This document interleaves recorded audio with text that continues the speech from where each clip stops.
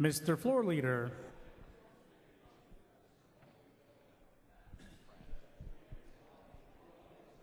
Thank you, Mr. Speaker.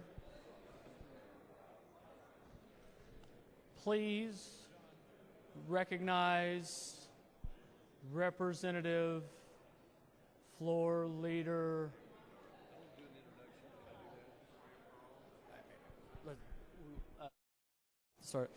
Please recognize Floor Leader Eccles for a motion.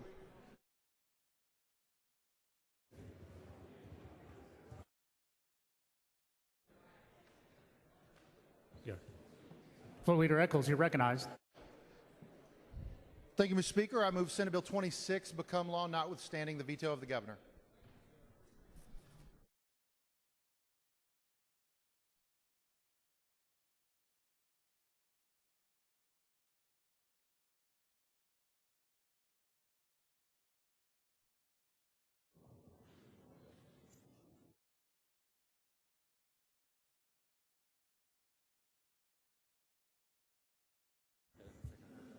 Members, you've heard the motion. The question for the House is, shall Senate Bill 26 become law, notwithstanding the objections of the governor?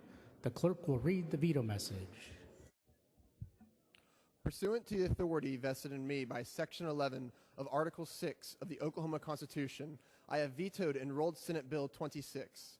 In clear violation of Oklahoma's fundamental and statutory law, enrolled Senate Bill 26 purports to extend existing and expired tobacco tax compacts, both because this bill amounts to a circumvention of the executive's authority to negotiate compacts and it is not in the state's best interests.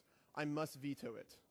As enacted, Senate Bill 26 would rubber stamp pre-McGirt compacts containing the very language 5 of the state's 38 federally recognized tribes have relied upon to challenge in Strobel v. Oklahoma Tax Commission the state's right to collect income tax within its territory. Although I believe the tribe's arguments in Strobel are without merit, to legislate as though at least those few tribes are not prepared to lodge the same argument in the tobacco tax context and likely elsewhere is at best unwise. Even if the bill were otherwise fair for the state, this bill has other problems too. First, this bill is a byproduct of the body purporting to sit simultaneously in special and regular session. While a special session may have run concurrently with a regular session before, it does not mean such an occurrence is constitutional. Second, this bill is unconstitutional pursuant to Article 5, Section 27A, because tobacco companies, or for that matter, compacts at all, are not specifically identified in the call, which is limited, quote, to consideration of, unquote, matters involving the appropriation of funds, the implementation and administration of budget-related funds, and the expenditure of American Rescue Plan Act of 2021 funds. This bill may appear on its face to be innocuous. However, if this bill were to become law, irreparable harm will befall our great state. For these reasons, I have vetoed enrolled Senate Bill 26. For Leader Eccles, are you willing to take questions? Thank you, Mr. Speaker. I yield for questions. Representative Gann, you are recognized for a question on the veto. Thank you, Mr. Speaker. Mr. Speaker, I'd like to make a motion. Mr. Speaker. Please state your motion. I'd like to move to postpone this override to February 5th, 2024.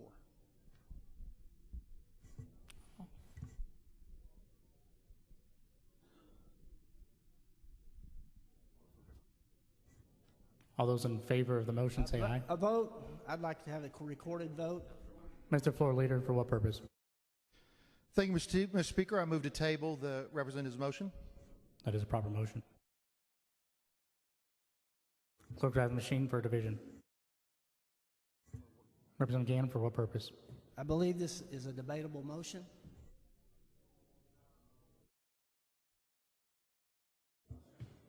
Which motion are you referring to, Representative Gann? The motion?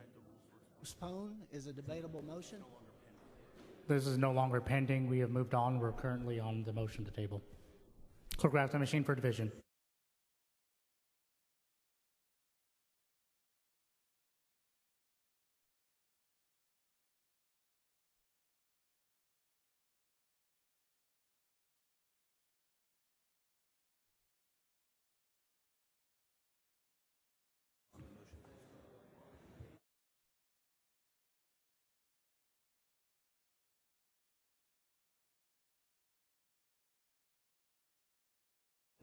Members, just for clarification, this tabling motion is on the motion to postpone. Tabling on the motion to postpone, not the bill.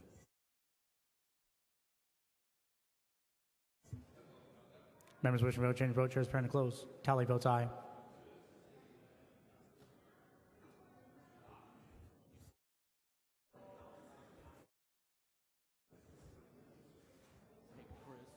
Declare the vote. 77 aye, 7 nay. I'm receiving majority vote. I declare the motion to have been tabled. Mr. Floor Leader, are you still willing to take questions? Yeah, thank you, Mr. Speaker. Yes, yield to further questions on the bill. Representative Williams recognized for a question on the veto override.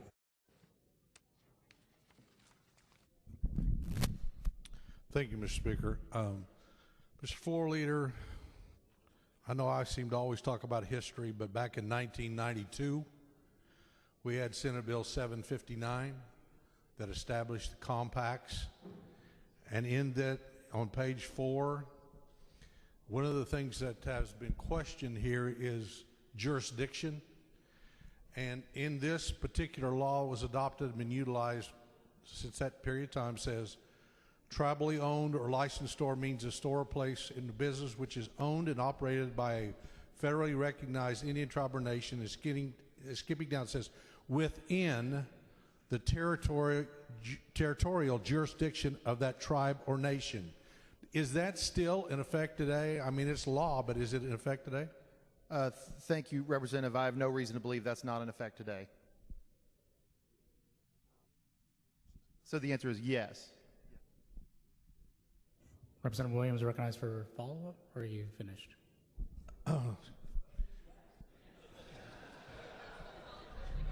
Are you aware that also in 1992, a representative from Midwest City carried legislation for the tax commission that tried to tax all non-native people on tribal lands, and then it got historically defeated?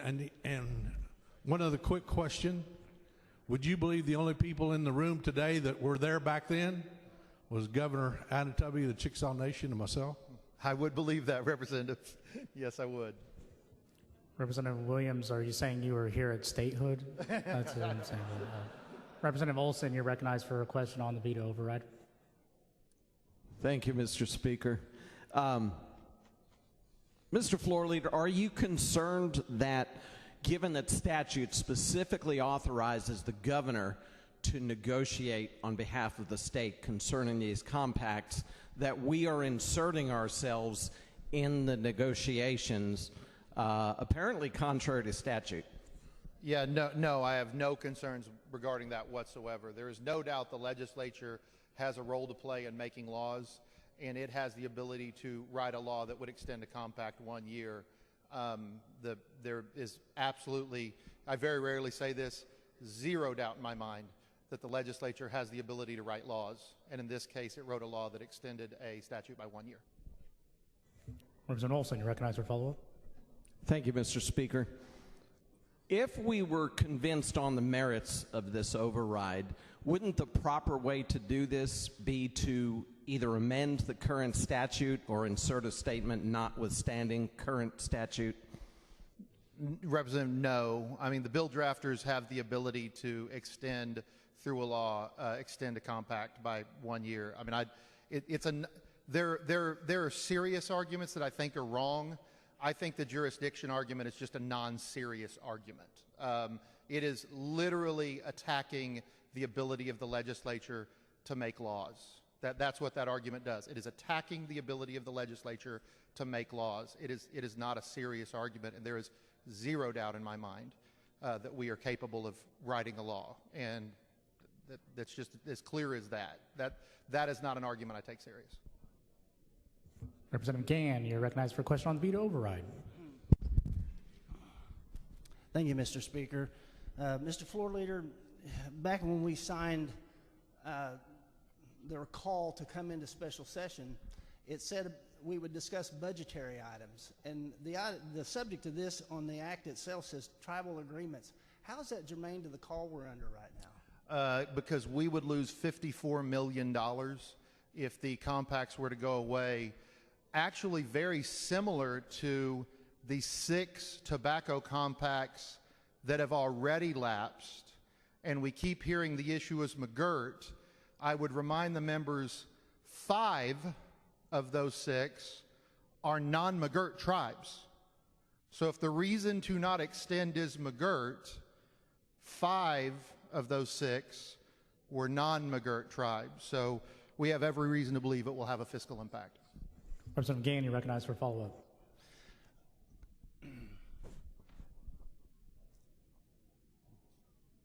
I believe that we were under the assumption that we would be dealing with budgetary items, but what we're doing here, in effect, is rewriting the current compact with this piece of legislation.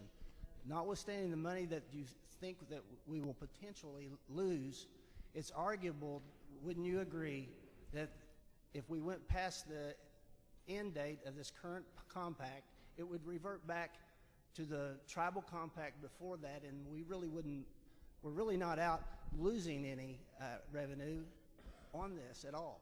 Yeah, so I'm going to unpack a couple things in that question. Is it arguable as to what constitutes budget? I mean, that's arguable. I consider that a serious argument. I disagree with it, but I understand it.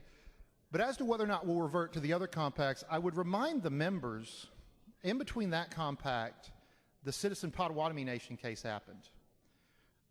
The state of Oklahoma does not have the ability, absent a compact, to gather taxes from a sovereign nation. They have what's called sovereign immunity.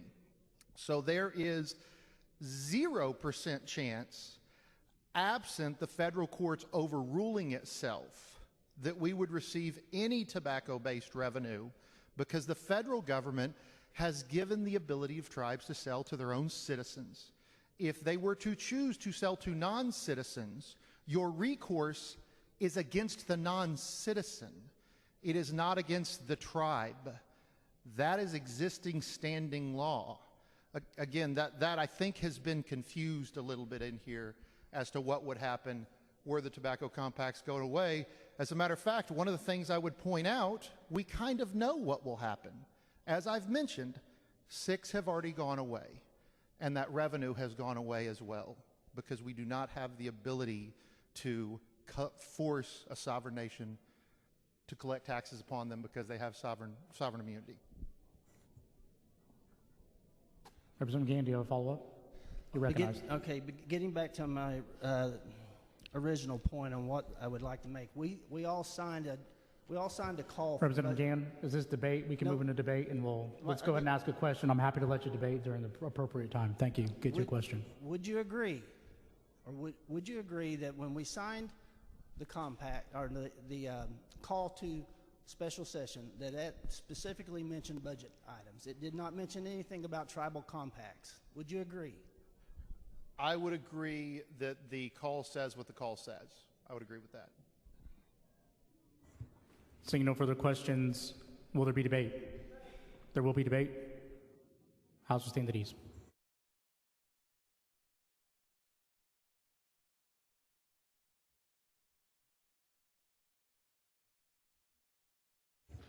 Members, if you're wishing to vote in favor of the veto override, please press your green button. If you're wishing to debate against the veto override, please press your red button. I will remind you that there is 30 minutes total in debate, 15 minutes per each side.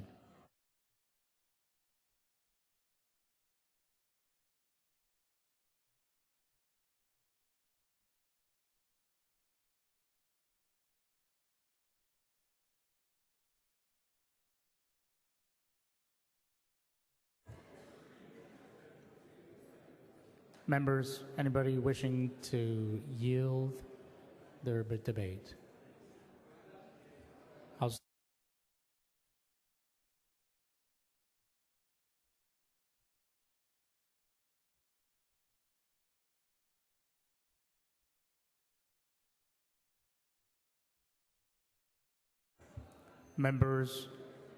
Following members will be speaking for up to 5 minutes in support of the veto override motion. Fed Getter Williams Eccles. The following members will be speaking in opposition to the veto override for up to 7 minutes and 30 seconds, Representative Gann and Representative LePac. Representative Williams, you are recognized for up to 5 minutes speaking in favor of the veto override motion.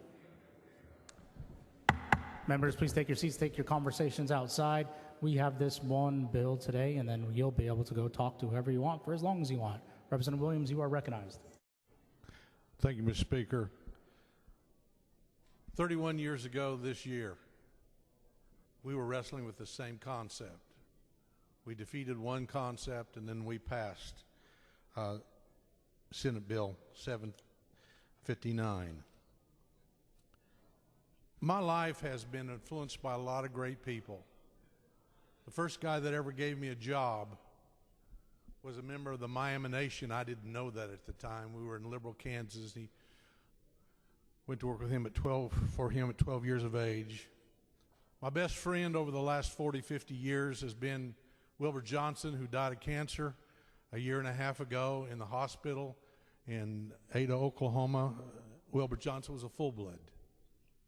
Stephanie Lambert, who I used to take to Sunday school on a bus, was my first campaign chair to return in 2020. Yesterday or today, I hope, my campaign treasurer has filed my treasurer's report, but he's a member of the great Seminole Nation. My life has been graced by Seminole elders. When I was able to sit around with them, this is back in the 80s, and listen to their wisdom. I had a great friend, Robert Stewart, his wife Pauline. Robert showed up in my camp when I was running in 1988 for election. No reason for him to show up. He showed up because I don't know what his reasons were, but he helped me dramatically. I've been educated by Chad Smith of the great Cherokee Nation. Spent a day at I believe it's the old national capital there in Tahlequah on the termination and definition of tribal sovereignty.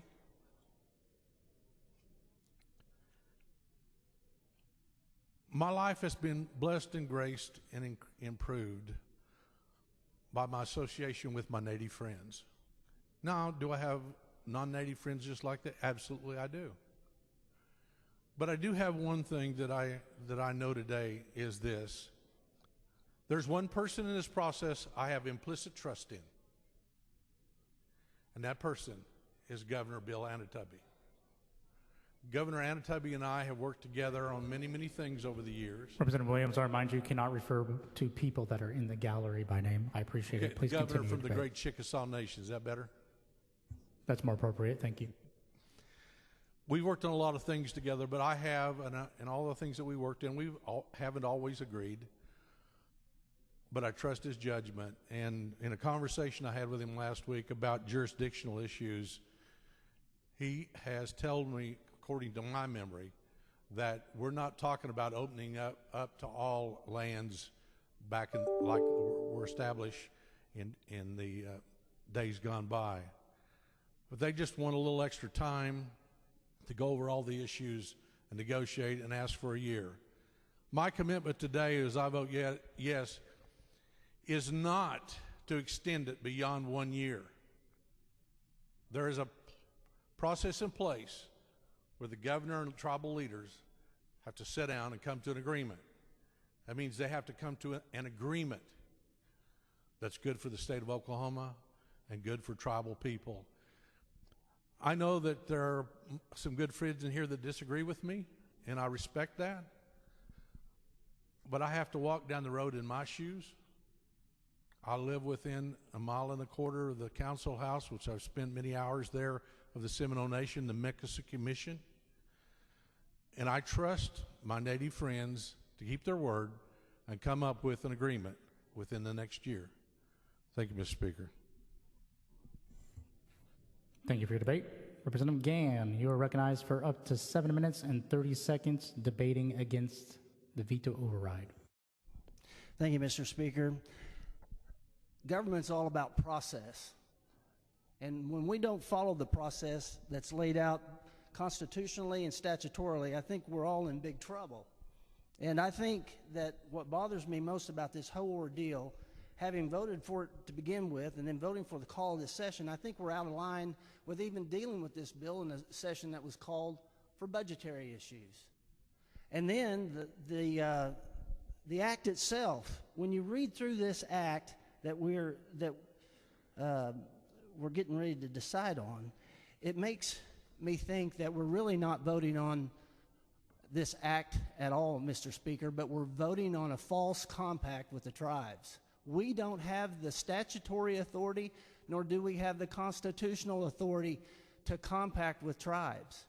In fact, my point that I would lay out for you all is once we vote on this, and if it passes, then the tribals, it says tribal acceptance of an offer codified in either subsection B and C of this section shall indicated by a letter by the tribal parties. That's a contract. That's not an act of law.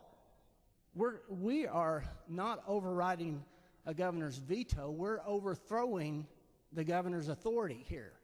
The governor in the state of Oklahoma is spelled out in Article 6, Section 8. He has the sole authority to negotiate on behalf of the state of Oklahoma. So when you read Title 74 and Title 68 that is mentioned in this act, nowhere in that statute does it even mention the legislature has any part in this. In fact, both statutes reflect the Oklahoma Constitution and say that the governor has the sole authority. So when we feel like that this is, we're rushed into a decision here and succumb to the tyranny of the urgent, I think we end up making big mistakes as a legislature when we don't follow the law, when we try to exceed our authority, and it will probably end up in the courts anyway if we do this. So, and I've come upon additional information not only last week but this morning in talking with other officials that are involved in this, that it could really spell trouble for the state of Oklahoma if we move forward at this time. There's no sense of urgency here. The governor in the state of Oklahoma has the authority to negotiate, and he is in contact with them right now. But this act here involves the legislature where they're not supposed to be. There's no doubt about it. I don't have a law degree, and I can read that myself and know that the governor has sole authority here. So in looking at this, you've got the Constitution, you have the statute, and you have this act. And which is going to prevail today? The document that we all swore an oath to uphold and defend, which is the Oklahoma Constitution, even what it says about the governor's authority, even though we might not like the way he does things, he still has the authority. We're out of our sandbox when we pass this bill. And so I would urge us to go ahead, vote no on this bill, and sustain the veto, and then allow the governor to do what he's supposed to do. Just allow him to do his job, not undermine him or overthrow his authority with this, because that's what this is. It's not an override, it's an overthrow. And we need to do the right thing. We need to follow the process as laid out in the Constitution and statutorily, because we should follow the law since we make them. So I would urge my colleagues, we still have time. The contract doesn't end till December. We can make another call for another special session and deal with this. There's no urgency to pass this in the wrong type of way. So I would urge you, let's vote no on this today, and let's get it done the right way. And let's honor the Constitution and what's mentioned in the Constitution, who has the authority. Let's subject ourselves to those documents today instead of this act, which interjects us into a process that's not ours. Please vote no. Representative Fettgetter, you are recognized for up to 5 minutes debating in favor of the veto override motion. Thank you, Mr. Speaker. Members, last time I spoke, I think I was a little bit rowdy and loud in here, so I'll try to keep calm today if I can. You know, we live in a time where we love to use words that are like excite and incite people's feelings, and words like overthrow. We're not just overriding, we're overthrowing the governor's authority. Well, the Supreme Court disagrees with you. The Supreme Court says that we absolutely have the right and the authority as the legislature to do what we're doing today, which, by the way, I heard it said, I think, well, when you come and stand on this floor, you probably ought to know. Representative Fegetter? Yes. Will you please conduct all debate through the chair and not refer to members in the chamber? Thank you very much. You're recognized. Thank you. We still have time, Mr. Speaker. You know what? The hunting and fishing compacts expired several years ago, and I'm still waiting. I'm still waiting as a citizen of the Choctaw Nation for the governor to renegotiate the hunting and fishing compacts that have gone away. Mr. Speaker, did you know that I own 80 acres in Okla, Oklahoma, and I'm not even required to have a hunting or fishing license on my own land as a Choctaw citizen now? So that 25 or 30 bucks, whatever a hunting and fishing license is now, it's just gone. I don't have to have it. Mr. Speaker, a 2-year extension is what was offered in what we heard this morning from the governor. A 2-year extension. Those compacts have been 10-year extensions. They've been 10-year compacts. Why would the tribe receive an email, by the way, instead of a face-to-face? I'm a sales guy. And in sales, when I'm negotiating a deal, Mr. Speaker, I've trained hundreds of salespeople. I've never tried to negotiate a deal with one of my people that work for me or through an email. Mr. Speaker, I go sit down across the table with the potential person I am negotiating with, and I hammer out a deal. And you know what? Whenever I got what I want and I think I can get them there, I just slide the contract right on over to them and ask them to sign it. They have a decision to make. Why, with a leader of a sovereign nation, are we sending freaking emails? Why are we sending someone else to do the negotiations? Why is the governor not sitting down with our tribal leaders personally in a room to hammer out a deal? So the governor doesn't want us to give a 1-year extension, but he wants to give a 2-year extension. You know, sometimes in this room, some things just don't make sense. That doesn't make sense. If it's a 10-year compact, why just 2 years? Seems to me like, you know, the governor says, I bet you they'll give us an answer as soon as today ends. And by the way, that was an offer to all the tribes at this point.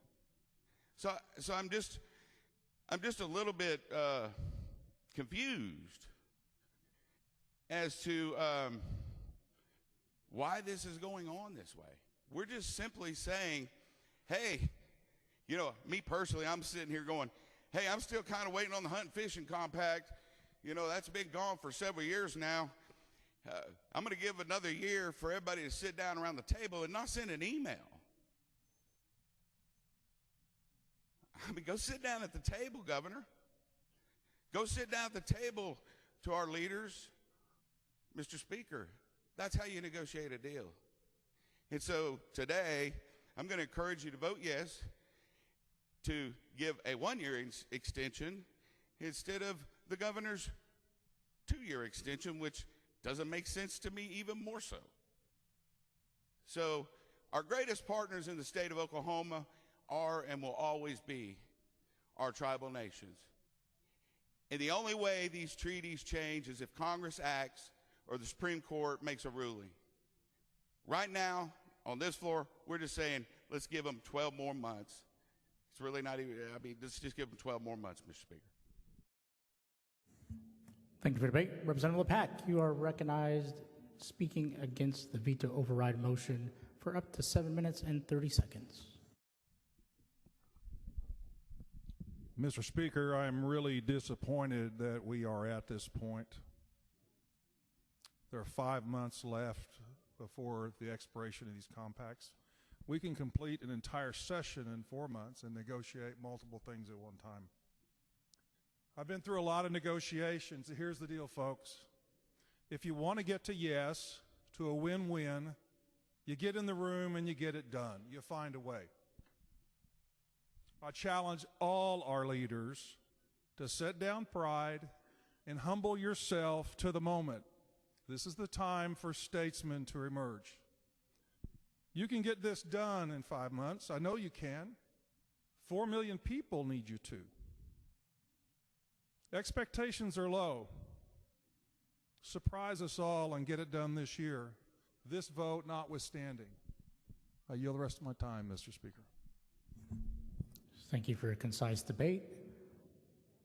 Leader Eccles, you are recognized for up to 5 minutes speaking in favor of the veto override motion. Thank you, Mr. Speaker. Members, I want to make quick work of the idea that the legislature can't write laws. I don't think that has swayed anyone that hasn't already changed their mind, or that hasn't already made up their mind up. But just in case there is any question whatsoever, the last in time rule would apply as to the legislation. The legislature has the ability to write statutes that has the authority to write. The idea that the legislature is bound to not do something because a previous legislature passed a law is quite frankly ridiculous and not a serious argument. I hope that that is absolutely absurd and not a reason to vote no. But let's talk about the reasons to vote yes that hasn't been brought up. Because see, there's these underlying tones that when I started talking about what's really going on with this bill, I stopped getting questions about the contents of the bill. So let's talk a little bit about that. Let's talk about the tyranny of the urgent. We keep hearing it's about McGirt. This is a 1-year extension. 1 year. The world will not end, members, in a year. But the state of Oklahoma will get $65 million more. The idea that all of a sudden our tribal partners are going to go sell on non-jurisdiction land with 1 year guarantee is not only absurd, it defies logic. McGirt was decided 3 years ago. Any guess how many tobacco shops have been put in this apparent new interpretation that will happen? Zero. 0 in 3 years. Yet somehow we believe as a result of a 1 year extension. We've argued we're not really going to lose money. You have to assume the federal court will override itself. And that's not going to happen. The Citizen Potawatomi Nation is crystal clear. I am disappointed we've got to this place. I'm disappointed this is what I'm spending my day doing. I'm disappointed that we've gotten so into petty politics and we've done everything in our power to avoid questions on this floor about the actual bill. By the way, and on the issue of whether or not the governor has exclusive jurisdiction, there are 9 justices across the street. I get confused in this building. Think that way. They've ruled. He doesn't. Treat 1, treat 2. We're just done talking about that, whether or not jurisdiction is exclusive. That issue has been decided. Here's the issue that's left. The amount of compacts that have been signed in the last 5 years is 0. The total is 0. We are talking about a 1 year extension and avoiding everything we can to have serious questions against it because there's no serious reason not to do it. There is no existential threat to the state of Oklahoma for a 1 year extension. It is illogical to believe that somehow there'll be a new interpretation that hasn't been the way it's been applied for the last 3 years as a result of a 1 year extension. Some of the arguments have gotten borderline offensive. But what we can do, ladies and gentlemen, and I guess I'll leave you with this. I got to serve under a lot of great members in this House. This is my last year. One of those great members was Earl Sears. Guys, some of you guys may not know. And I didn't understand my second year, but he spent almost every debate his last year trying to teach the young members something. I may try to do that. And members, one of the things I will teach you is when I leave this chamber, I've cast a lot of hard votes, but I didn't do it because of threats. And every vote I cast is because of what I thought it was right at the time. Don't bow down to threats. Don't bow down to false rhetoric. Vote your conscience. What I'm asking you to vote for is to give it a one-year extension, to stay away from the absurd arguments, and not lose $56 million. It is really that simple. With that, I yield the rest of my time to the chair. Members, you've heard the debate. The question for the House is, shall Senate Bill 26X become law, notwithstanding the objections of the governor? Clerk will activate the machine. Sergeants will announce roll call in the halls. Roll call is now in progress. Speaker McCall votes aye. Talley votes aye.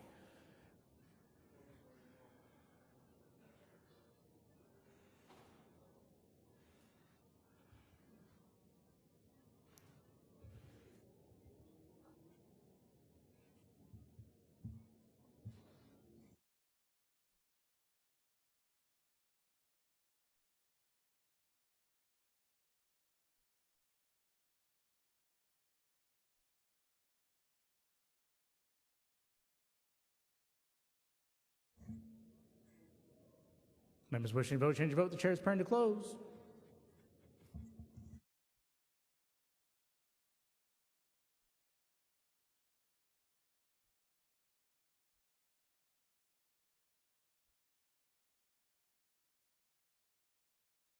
Ford votes aye.